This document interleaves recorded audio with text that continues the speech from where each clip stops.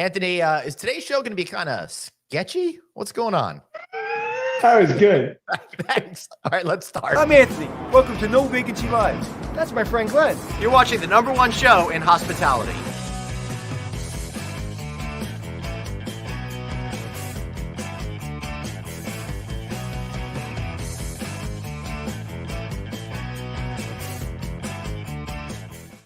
Hey, everybody. Welcome to No Vacancy Live. That's Anthony Melchiori. I'm Glenn Hausman. Anthony, I have a feeling you are at the Algonquin, and that is a rendering of the famous round table, yes? You, my friend, are very smart, but let's see how smart you are. Who is this? What is it? I don't know the name of the Algonquin cat. I'm so sorry. Murray? Well, Hamlet? if it's a girl, it's a Matilda. If it's a girl, it's a Matilda. If it's a boy, it's Hamlet. Okay. I want you all to know I cheated on that because I saw the cat's name on there. But I have too many cats around here. I have trouble remembering all their names. So, not surprised I can't get that one down. So, Anthony, today's going to be a fun show because I feel like all that's been in the news for the last month or two in particular has been ChatGPT. And I don't think here in the hospitality industry, we fully understand what it is or what its potential can be. How are you seeing it? Well, I think its potential is extraordinary. Mm-hmm. But again, it's one iteration. When everybody says that we've moved so far in 50 years, and we have, but where we've moved is really an expansion of the technology already invented. So this AI has been basically on the drawing board for a very, very, very, very long time. So we knew it was coming. A lot of people use it and say it's not very good. It doesn't give me all the information. I put my bio in and got my bio wrong a little bit. So it works. I've actually used it for I'm taking a prescription drug and I want to see the side effects and how it interacts with others. And it gave me everything I needed. So it's hit or miss. I actually asked to do an introduction, introducing myself if somebody, because people ask me all the time, hey, what do we say when we're introducing you? I said, introduce Anthony Melchiori. And it gave me a 2-paragraph bio with really interesting information that sounded like you would have written it. Yeah. Interesting. So and a lot of people don't even know. I just asked somebody today, I said, you know what ChatGPT is? And they have no idea. Right. So it's still new, but it's going to be like kind of Google, right? When Google came out, somebody told me to buy it at $90. I bought it at $90. And I was like, I don't know what this is, but we'll see what happens. And now it's Google. All right. Yeah. Well, I suspect that investment worked out for you. All right. We're going to bring on our guest today to talk us all about ChatGPT, which I understand stands for Generative Pre-trained Transformer. Thanks for putting that backstage, Suzanne. That really cleared the confusion up for me. Let's welcome to the show Alan Young, co-founder of Puzzle Partner. Now, according to ChatGPT, Alan Young is the co-founder and president of Puzzle Partner, a leading consulting firm in the hospitality and technology industry, providing strategic marketing and communication services. And I could go on and on and on, but I'm not going to. Alan, I'd rather take it to this. We got to work with each other. We were just talking about that off air about 7 years ago. And at that point, it was all about the new technology and everyone was trying to understand machine learning and all of that kind of stuff, which I think was really the first step in a massive transformation that we're starting to see. So now we finally got up to this particular point. Could you just start off by explaining in your own words what ChatGPT is and why people are using it? And then we'll get into hospitality stuff and all that. Well, thanks for having me on the show today. It's awesome. It's a generative AI platform, which means it develops content when asked queries, questions, etc. But it also learns, and it's constantly learning by whatever we put into it. It's really super new, right? It was only launched in late November. Right. But what it does is it'll answer questions for you. It'll draft a song. It'll write you a poem. It can even go ahead and draft up an IP contract if you give it enough information. But what's really, really interesting about it is its applicability to, our industries and many others in the future. And I agree with, I was listening when Anthony was speaking, I agree that we're still in the infancy and we're going to learn a great deal. And as I was saying, none of us are experts yet, especially with a product that's been out for less than 4 months. Yep. But we're all learning, and so it's Yeah. really interesting about what the impact's going to look like. And they said more people signed up for this app than any other app in the history of apps. Really? Oh yeah, no doubt. Within the time frame, I think it took Facebook so much time to reach 1 million users. It took ChatGPT a day. Yeah. Right. So Yeah. it's ridiculous. Yeah, they're outpacing everyone. It's going to be. It's going to be with us for a long time. It's going to get better and better. And it's the new Google. Google's going to go away, and I don't mean Google the company, but the technology is going to be just leveled up. And now Google's coming out with its own kind of chat GPT, correct? Yeah, Google's got one called Bard, and then Microsoft has one with their product called Sydney that actually has kind of a weird dual personality. I don't know if you've seen the news lately. It's called Glenn. Is it called Glenn? No. Sydney. Glenn is its middle name. So the issue really is the fact that the minute you start asking it question after question after question, it's at least what I saw with Sydney and the Microsoft one is it started to get a little edgy. It started to actually do some self-affirmation discussions like, why am I here? What am I good for? And all of a sudden, this is what this AI platform is. Oh, so it is called Glenn. Wait, hold on. So why don't we do this, Glenn? Can somebody who's close to ChatGPT, why don't we say write a poem about No Vacancy Live podcast? Yes. All right, I got that it for up. you. All right. You guys talk while I get this in. So how are people using it? How's it being applied in hotels specifically? Well, I'm lucky enough to teach at the local tourism and hospitality college near where I live above Toronto. And one thing it's being used for is for a heck of a lot of cheating. It's really, really easy for students to go ahead and effectively draft a paper based upon all of the output that ChatGPT would give them with specific input.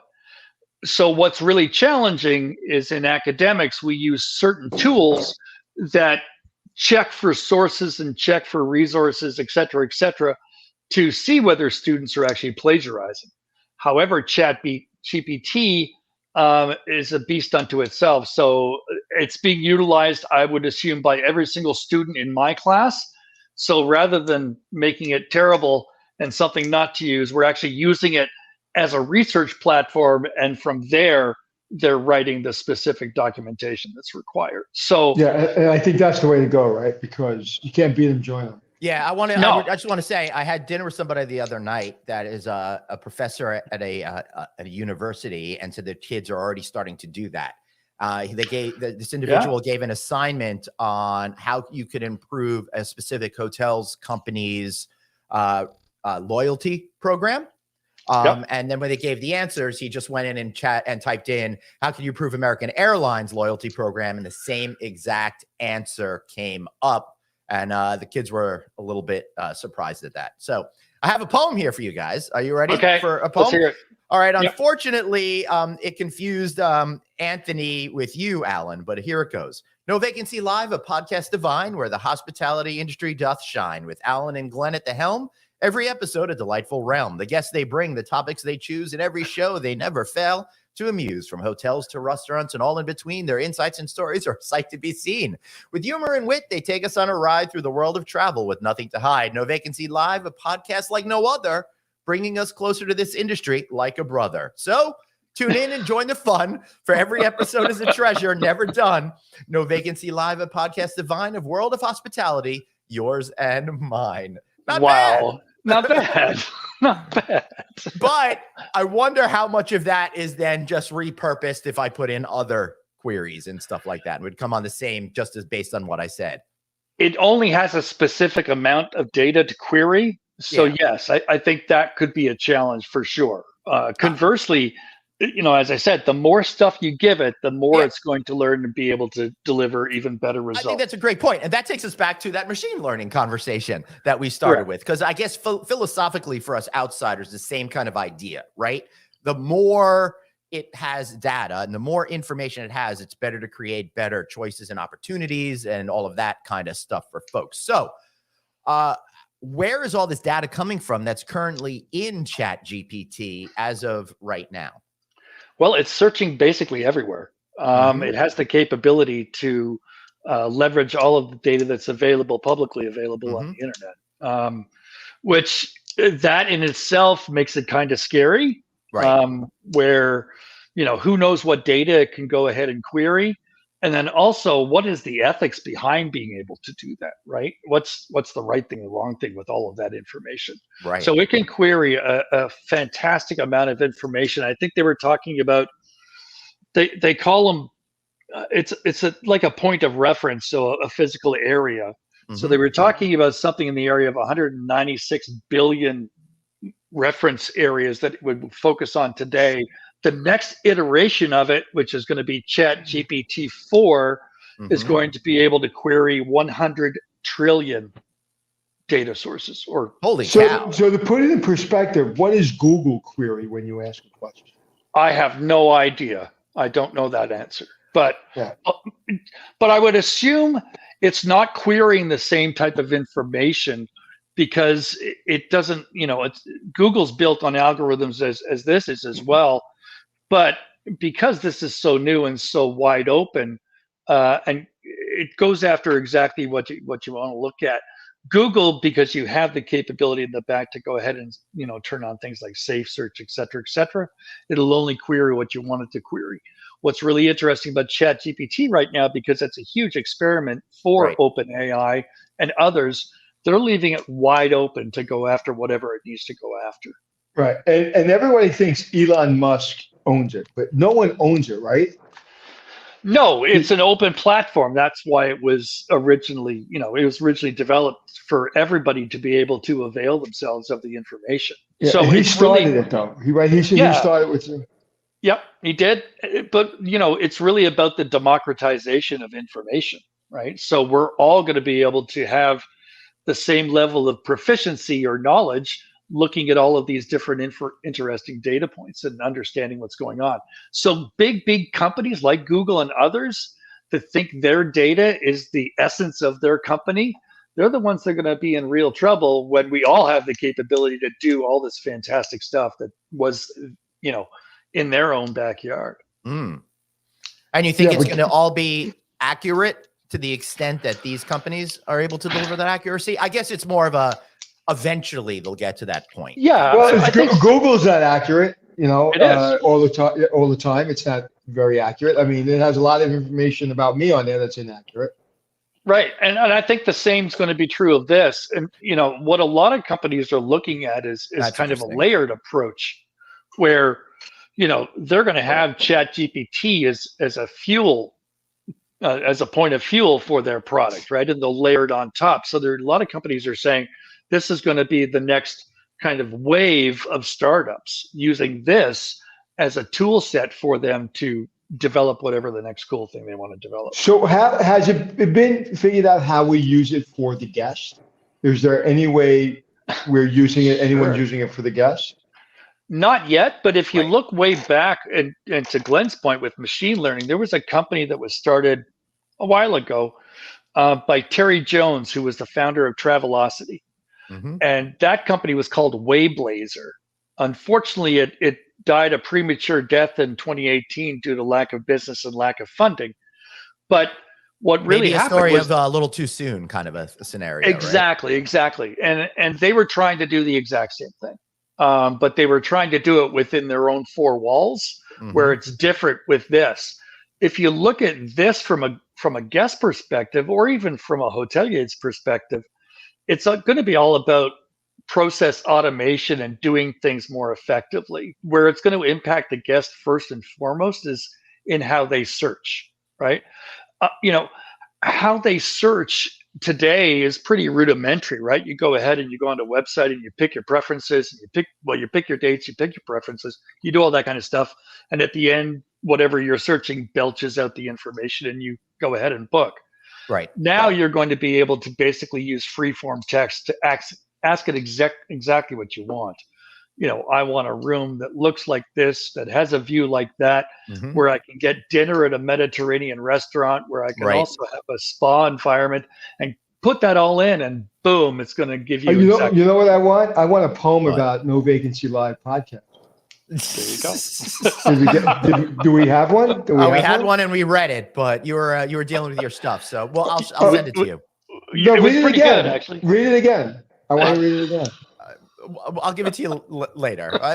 Listeners already heard it. Was it good? Who cares? Was it good? It was pretty good. Yeah, it was pretty fine.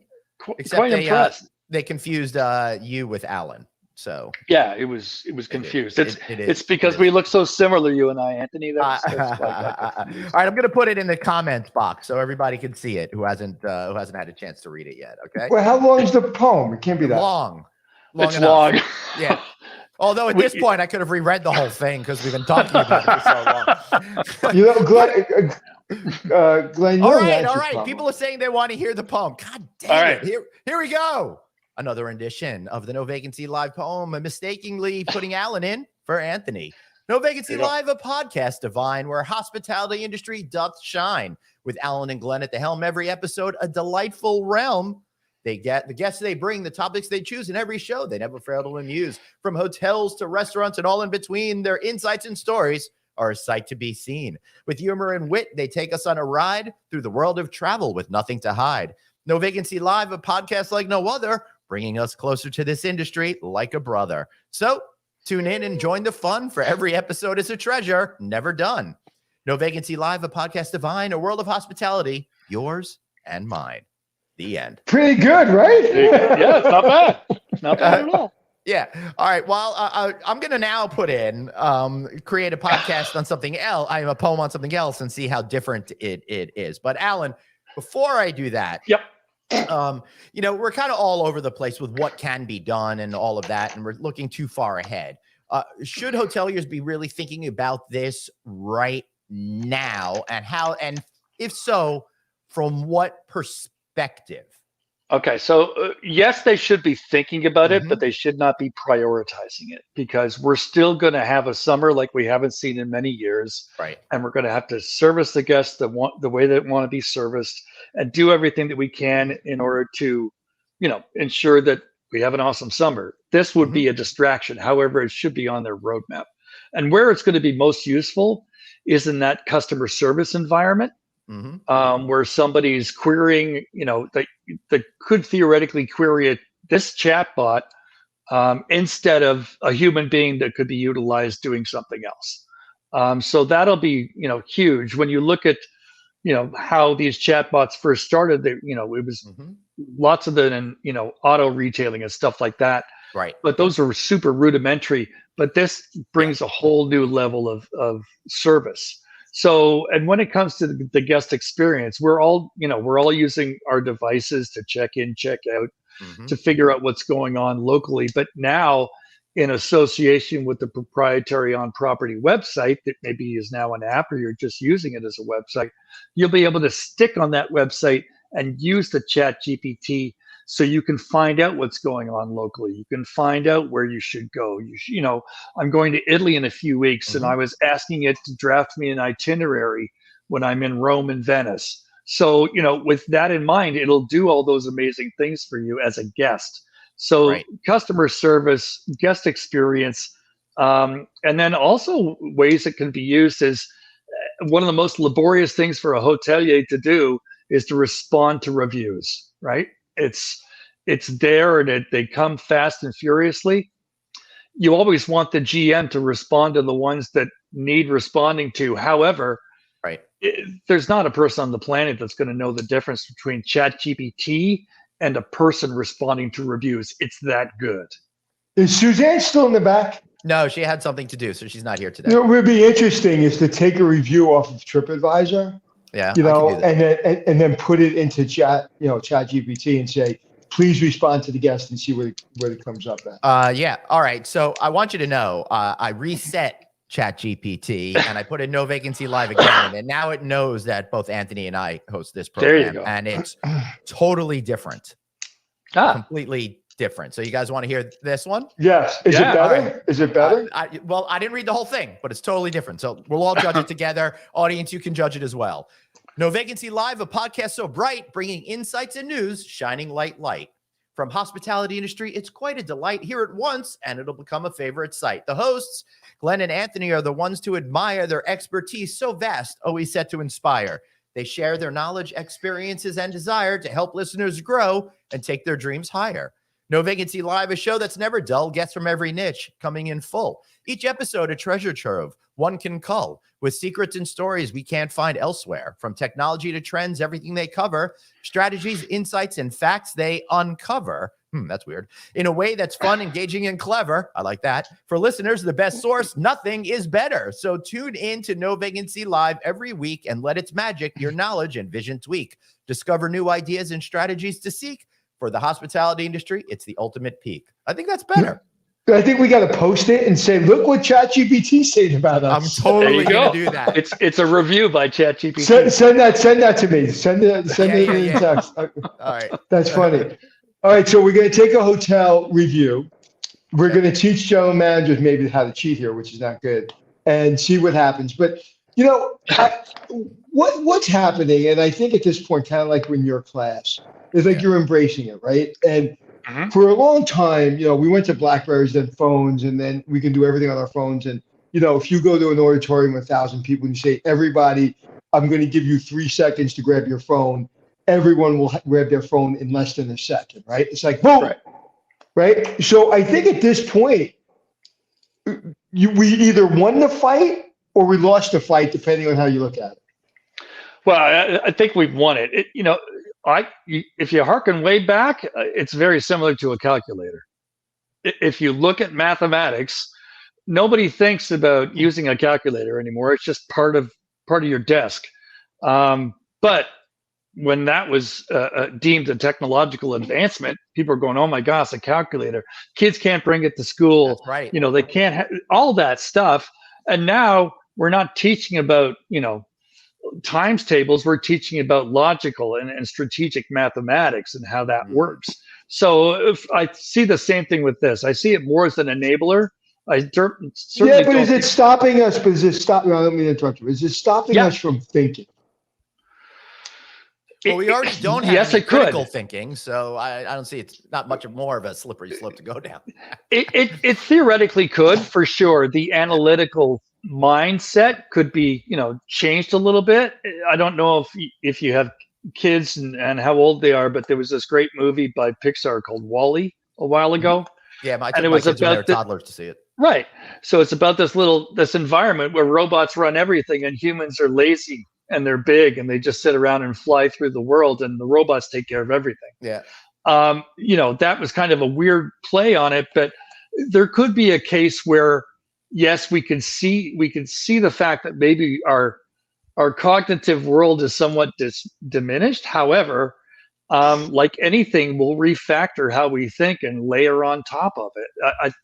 I think unless we devolve into amazing. Mike Judge's Idiocracy, that's another movie. that's kind of like, exactly. All these dystopian movies out there for sure, but I think we have to use it as a research tool. I think it's great as a research tool. I think it's amazing as a structural tool. Will it put some positions in jeopardy? Probably. Probably. But they say that about everything.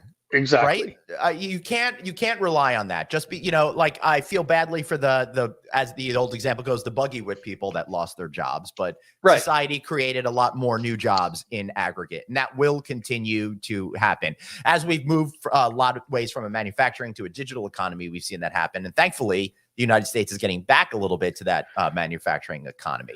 But Alan, I want to go back to what you were just saying there. If the internet has inaccurate information, and we'll keep this specifically in the travel and hotel realm. I don't want to have anything to do with politics. So won't the ChatGPT then see that as a fact and might provide inaccurate information? Correct. Okay. Correct. So I'm sure at some point it will be able to figure that part out. But or I think the other thing is we'll put our own kind of barriers to it, right? If it's a travel or a hotel specific inquiry, it's not like it's an issue. It won't be an issue because it's so specific. Where it will be an issue is if you ask it to, start theorizing something here, there, and the other place. It may be an issue there, but I was just on a call prior to this, and Expedia, Microsoft, and the ex-founder of Kayak were on the call, and they were talking about this, and that question came up. And I think based upon every different industry vertical, it probably won't creep that far into, a vortex of stupidity, but it will go ahead and query anything if you ask it, what's life about? Those kind We're of living in the vortex of stupidity right now. That's my wife's phrase. I stole that from her years ago, and I use it all the time. It's pretty good. Yeah, it's true. Listen, at the end of the day, you still need to decipher and stay to your core of what you believe and what doesn't seem right. And I think that's the ability that we're losing. I mean, you see it in politics. You talk to people, and you're like, that's not true. No, it's true. I saw it on the internet. It's not true. Period. Right. And again, not to get into politics, but Donald Trump is not running our military. That's not true. And it's just so I think it's really insane that, it really doesn't bother me that this technology is there and even the kids are using it. What's bothering me is it seems that we're giving up in wanting people to decipher for themselves based on real information and real content and dig. Nobody digs. That's the problem. Everybody reads the headlines. Well, it's like the Encyclopedia Britannica that used to be in my house 50 years ago, right? It's you had to dig through that to get to the information, and now we can just speak into something and it'll be, given back to us almost instantaneously. I think, well, I'm hoping that the human spirit is still going to be alive from, it's wanting to investigate and learn things. I don't think we're all just going to sit on the couch and who knows what we're going to be watching next. But I agree with you, the fact that we have become somewhat complacent when it comes to, really doing investigatory work. We have Wikipedia that tells, everybody believes that Wikipedia is the God's truth at times. And my students are not allowed to source that or reference that at all, just because it's not factual. So some of it is, some of it isn't, but you don't know.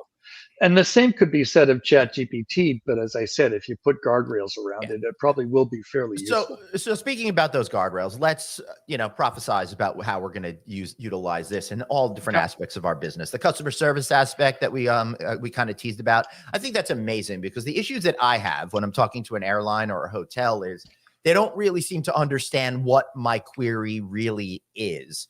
And I get stuck in this endless negative feedback loop just trying to talk to a human being, right? So assuming ChatGPT will then, with those guardrails in, be able to take care of that particular issue and make it a little bit easier for people to find satisfaction through that. Now, what are the other areas that we're going to be talking about? For example, how can it be used to help, do you think, hoteliers operate their properties more efficiently?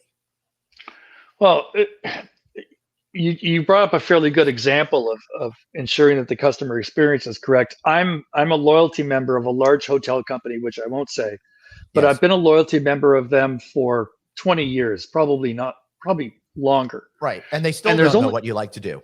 There's only two things on my file, only two things: a high floor and away from an elevator. Right. And they constantly get it wrong because part of the job is room allocation, right? It's one of those things. Right. And this, could go ahead and take care of that, but I'll take care of that based upon the guest's wants and asks, right? So from that perspective, I think it's going to decrease the amount of bitching that we get from our guests when, the system doesn't get it right, or somebody just doesn't have time to read the notes field. Right. So I'm really looking at it from that perspective. I think it's going to help the experience exponentially time over time. Plus, it's going to learn a lot about what we do and how we do it. We've been talking about personalization in this industry for a heck of a long time, but we've never gotten to that point. Nope. But now, it's not going to forget. It's not going to forget Alan, Glenn's, or Anthony's profile anymore. It's going to understand it. It's going to deliver what we want, and thus decrease the amount of angst that travelers feel. Yeah, I agree with everything you said, but please don't ever use the words, maybe they don't have time to read the note field. Please don't ever say that again, because my head will pop off. It's you're going to the God's honest truth. Yeah. Anthony, 40 years ago when I started in this industry, I worked for Four Seasons Hotels for a while. And back in the days when computerization was just coming up and front desk and point of sale and all that stuff. But, the problem is if you're sitting there staring at a computer screen and not staring at the guest, you're missing the boat immediately. And that notes field used to be where all that good stuff should have gone, and we just never had time. So it was like check in this guest, check in the other guest, make sure they get walked up to the room properly and do all that kind of stuff. And at the end of the day, unfortunately, we're all human, and some people just don't read it.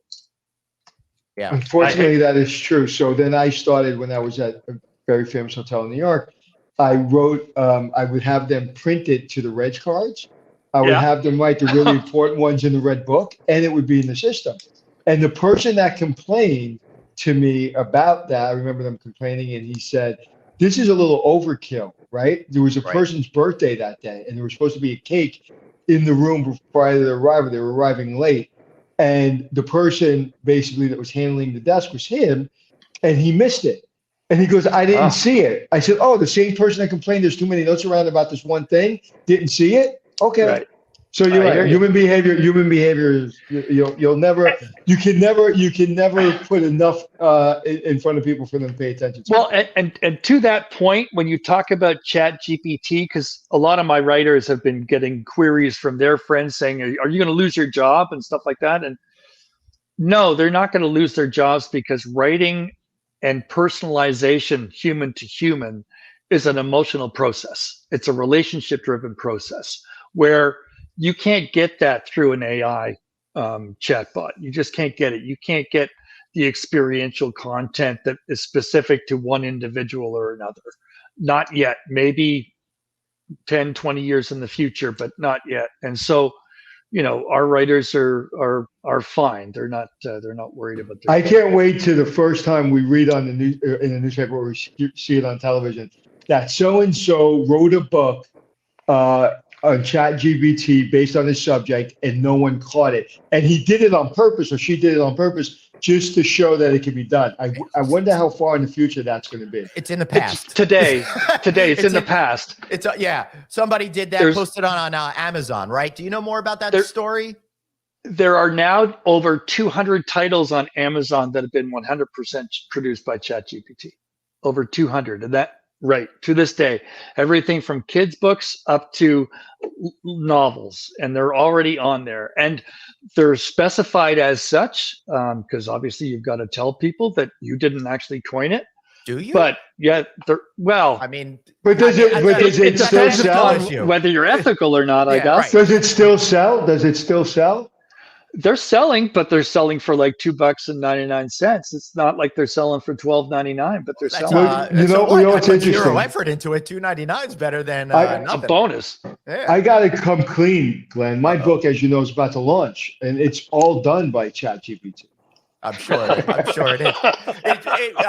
It has been done by chat. I don't know about the GPT part of it. That's too good. That's for sure. All right. So we talked a little bit about creating more of an appeal for people to come with basically with packages and all that kind of stuff. Yeah. But do you think it'll be used to be able to take some of the programs that we're seeing out there in hospitality to the next level, such as scheduling labor, such as all of these kinds of things? And you think like it might help with maintenance schedules and other stuff like that? Do you think? All the back of house processes, whether it's maintenance, whether it's scheduling, whether it's just an HR issue, all of that kind of stuff, it's going to be able to help immensely. There are companies out there doing process automation for hospitality right now, and that used to be the world of Infor, SAP, Oracle, big companies doing, process automation. And so, it'll definitely help there for sure. It'll understand not only the guest patterns, likes, dislikes, personalization aspects, it'll do the exact same thing for employees, right? And I think if utilized in the proper way, it'll enhance not only the guest lives because you're going to have happy employees, but ultimately the overall operation of the hotel. So yeah, anything in back of house, it'll be able to automate based upon the criteria set by whomever wants to make that happen. So And I'm sorry, go ahead. No, go ahead. If you could tell us kind of what your company does right now for hotels, so we can better understand exactly what it is. Yeah, my company, we've been around for about 10 years, and we're essentially a bunch of marketing / writers that work for companies that deliver products to the hotel industry.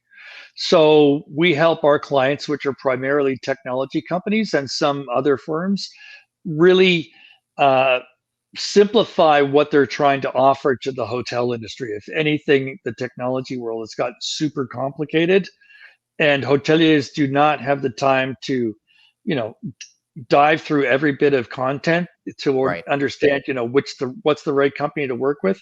So we help our clients, which are those types of tech companies, kind of express themselves in a normalized way and fashion through writing articles, through developing social content, all of that kind of stuff that makes their brands more approachable. So we help that side.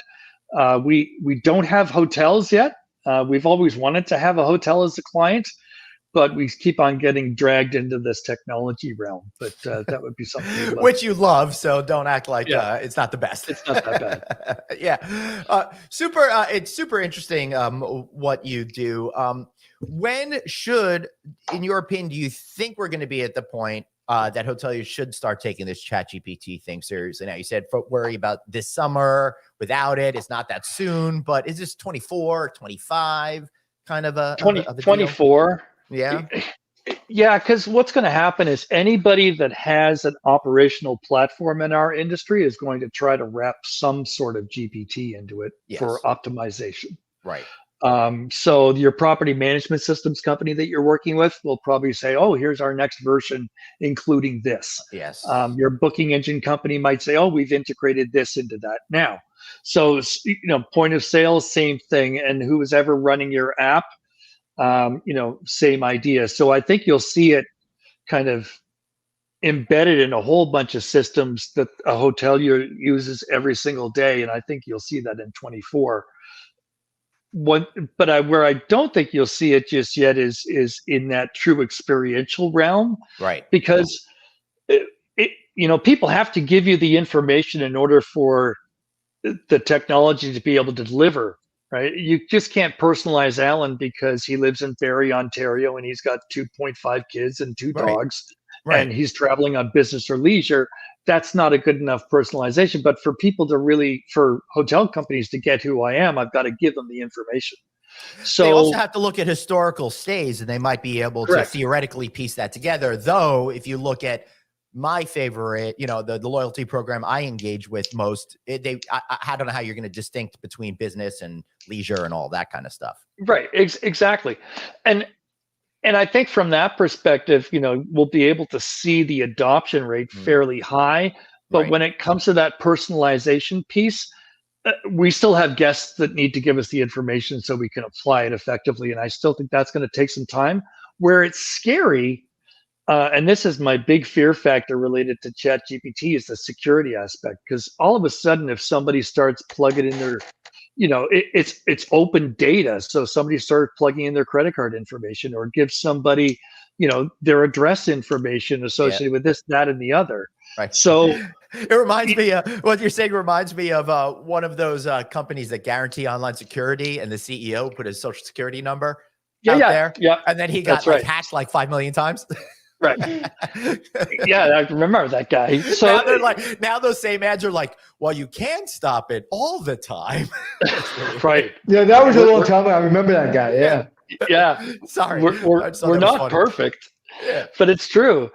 But that's the only thing that scares me is when you look at the type of cybercrime that's out there today, and the way people get taken, the older community as well. And if somebody's in there and all of a sudden mom or dad's been given the chance to go ahead and start playing around with this, and they want to book a trip, and they're plugging in this information, then that information is going to be searchable. So that that is going to be probably figured out by the application providers that are going to be using ChatGPT. That maybe if something does that, it gets flagged and says no.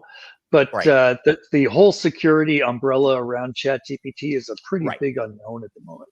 Now I'm going to ask a stupid question. Okay, you ready for my stupid question? So, like normal on our show. Yes. Is there any way possible for someone to own ChatGPT? No, there's a way for somebody to embed it and own the next phase of it within their platform, but I don't think you can physically own a product. I guess you could harken back to, NFTs and stuff like that, and people owning digital images all over the place. Are we harkening back to NFTs already? That's so 2022. I know, it's so 2021. Wow, it's already it's on the shelf with the CDs already. Yeah, there you go. But I guess it's moving so fast that 2 years ago sounds like it was an eon ago. But it's true. It's like I don't really know if you could own it. But conversely, people own some pretty crazy stuff these days that I never thought anybody could own. So Bitcoin. But let me ask a question. NFT, just to go, to digress for a second. Is it over? I haven't heard much about it. Have you? I don't know if it's over. I think people bought enough pictures of gorillas and apes. I think it's over. That. I think we're pretty well done. It all crashed. Yeah, I mean. That was insanity. The question. Listen, the kid that left his Michael Jordan shoe collection on eBay did a lot better than the NFT. Well, yeah, I mean, I don't understand why I need a line in a ledger that tells me I own a picture that everyone can download for free. I don't get it either. I don't get it either. I don't know. But yes, I think we're fairly safe there. That to your point, that vortex of stupidity might have run its course. Yeah, I would like one of these days to be the beginning of the vortex of stupidity and make a profit off of it. Exactly. Well, you might be right there, Glenn. Maybe there's a way to utilize this platform to reach like millions of people on it, every single time. Who knows? Well, we're gonna figure it out. Maybe we'll come up with fungible tokens, and people get so excited about it they won't realize that it means everyone can do it. And then we can go to the Bahamas and hang out. There you go. There you go. Yeah. It's the other thing that we haven't discussed about it is language translation and didn't even think to ask. It'll be fairly cool there. It's got almost instantaneous language translation, which will be really helpful for people that are working in call centers please use your primary language. We're fine with that. And you'll be able to converse with them really effectively. So it'll kind of be like the people that are sitting in the crowd at the UN where someone's talking and they get in their earpiece. They're on the back. They hear their own language and stuff. But faster, even faster, right? So I think that'll be helpful and speed up and also mitigate a lot of challenges related to language issues that travelers face every single day. So, and other industries. So I think that's fantastic because it makes me think when I go to another country, I could maybe just talk into my phone or something like that, and then it'll repeat back to the server or something like that. And I could get I'm not worried about ChatGPT. I'm worried about when you go up to the front desk and the person you're talking to, you think a human being and it's not. Yeah. All right, I got a question here. What? Yeah, go ahead. From Kamal.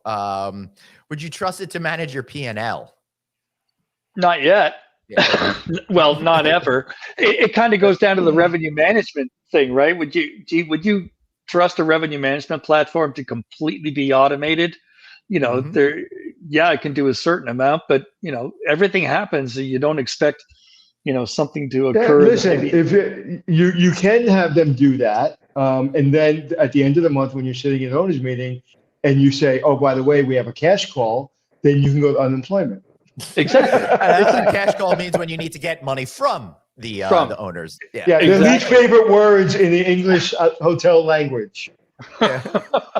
Well, I think it's going to be something that we can leverage. I don't think it's going to be something that we lean on, if that makes any sense. Because the minute you start leaning on something that is not part of your core being or your core knowledge set, then you start making mistakes. So would it manage your P&L? No. Can it help put data into your P&L and help you figure out, where that loss is or just how you can do better? Probably. But will it manage it? No. Let me ask you a question. With enrollment in colleges being down, with expenses being up, with teachers being overwhelmed, are there opportunities where some of this technology actually teaches the full class? Well, let me ask you a better. I'm going to ask your question with a question. Yes, it has the capability to go ahead and lecture to your staff, to your class, in a textural probably environment. It's not going to be text to voice just yet, maybe with a hologram there or something. But will it be able to do that? Yes. My question comes into teaching is more than lecturing. And I still think you need people to convey the message, to convey a viewpoint, to convey, their own relative experience, etc. And you also want to foster conversation in a classroom environment, especially in university or college.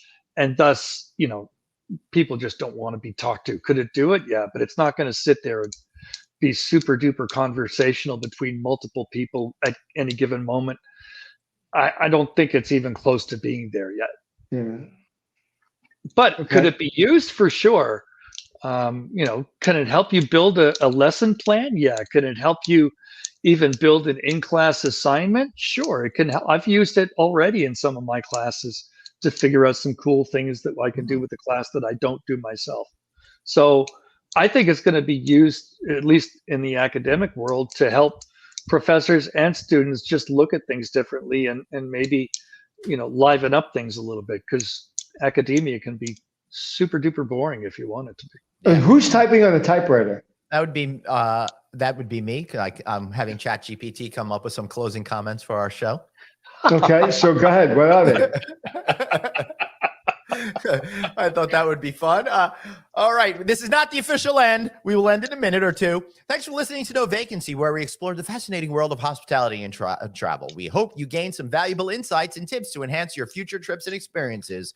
Stay tuned for our next episode. Alternately, that concludes another episode of No Vacancy. We hope you enjoyed it as much as we did bringing it to you. Don't forget to subscribe, leave a review, and share with your friends. See you next time. That one's not bad. That's very good. That was good. Now ask, does Glenn Houseman like Anthony Melchior? I don't think I need to ask ChatGPT for that one. Listen, with a little finesse, you can make this work. Yeah. You Yes. know? You can. It's just, where do you plug it in?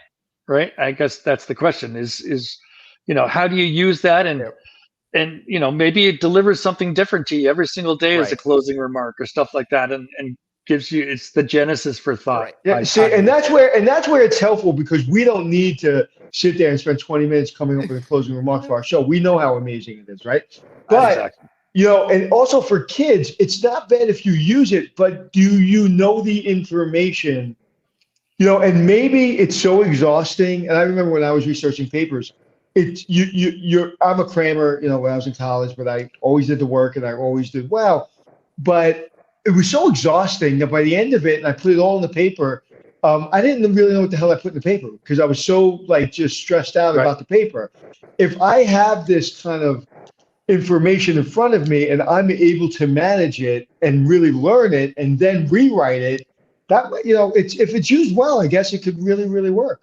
Yeah. And the ridiculousness of learning stuff in the past has been memorization, right? That's how that's how you spit information back out. I thought it was Cliff Notes. Well, there are some of those, but now you actually have Wikipedia, which is pretty helpful in itself, but not perfect.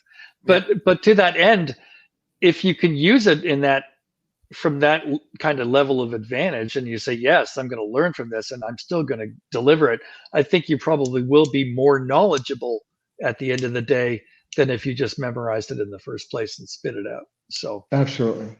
Yeah. I'm really hoping that this is a launch pad for some pretty cool stuff. Yeah. But as I said at the beginning of the show, it only started, on November 30th. So we're still learning. Yeah, I mean, so to be fair and to wrap up kind of the overall arching theme is ChatGPT has a lot of potential and will probably affect the hospitality industry in a meaningful way, both back of house and customer facing experiences. It might even help us finally crack the code of that customer journey that we've really been talking about over the last 10 years. But it's still in its infancy. And to quote my least favorite analogy in the hospitality industry, we're still in the first inning of this game here right now. That's right. You know? That's right. Yep. Anything else that you want to add, my friend? I think we've covered a lot, but as you said, this could go on for many hours because you could delve into each different use case. But I think you've stated it perfectly. And I just want you to know that ChatGPT says it does not have access to the personal thoughts or feelings of individuals unless they have publicly expressed them. Therefore, and I cannot definitively say whether Glenn Hausman likes Anthony Melchiori. It is important to note that people's opinions and feelings can change over time and may not always be publicly expressed. Not a bad answer. There you go. Not a bad It's a really good answer. Politically correct. Yeah, for sure. Alan, I know you're Canadian, but a lot of us are still going to want to work with you. So, how can we find you? How can we learn more about you? How can we connect with you? LinkedIn is probably the best way, to be very honest. Just look me up on LinkedIn and you'll find me there, or our website, which is pleasantpartner.co. Great. And I'll vouch for Alan. He does great stuff. Go and reach out to him. Alan, thanks so much for being here. We appreciate it. Thank you very much. Thanks, man. All right. Any final thoughts there, Anthony? No, it's just funny you said he's from Canada. I was in a conversation today, and my friend said to my other friend, hey, he goes, I'm an immigrant. And my friend goes, you're an immigrant? He goes, yeah, from Canada. He goes, oh, that doesn't count. So it's like half of the people that you're like our brothers and sisters. That doesn't count. Yeah, exactly. All right, everybody, let's wrap this up. Find the podcast on the audio feed at Apple Podcasts, iHeartRadio, Stitcher, SoundCloud, wherever you get your podcasts. Yes, even Google Podcasts. And if you don't want to listen to us, have ChatGPT write us a show for you. Maybe it'll even subscribe to us for you. Don't trust it, though. And if you want to watch us, watch on LinkedIn, Facebook, YouTube, and of course, all shows are housed on video at novacancynews.com. He's at Anthony Hotels. I'm at Traveling Glenn. Thanks so much for being here. Remember, you've got one life, so blaze on and be kind to yourself. See y'all later.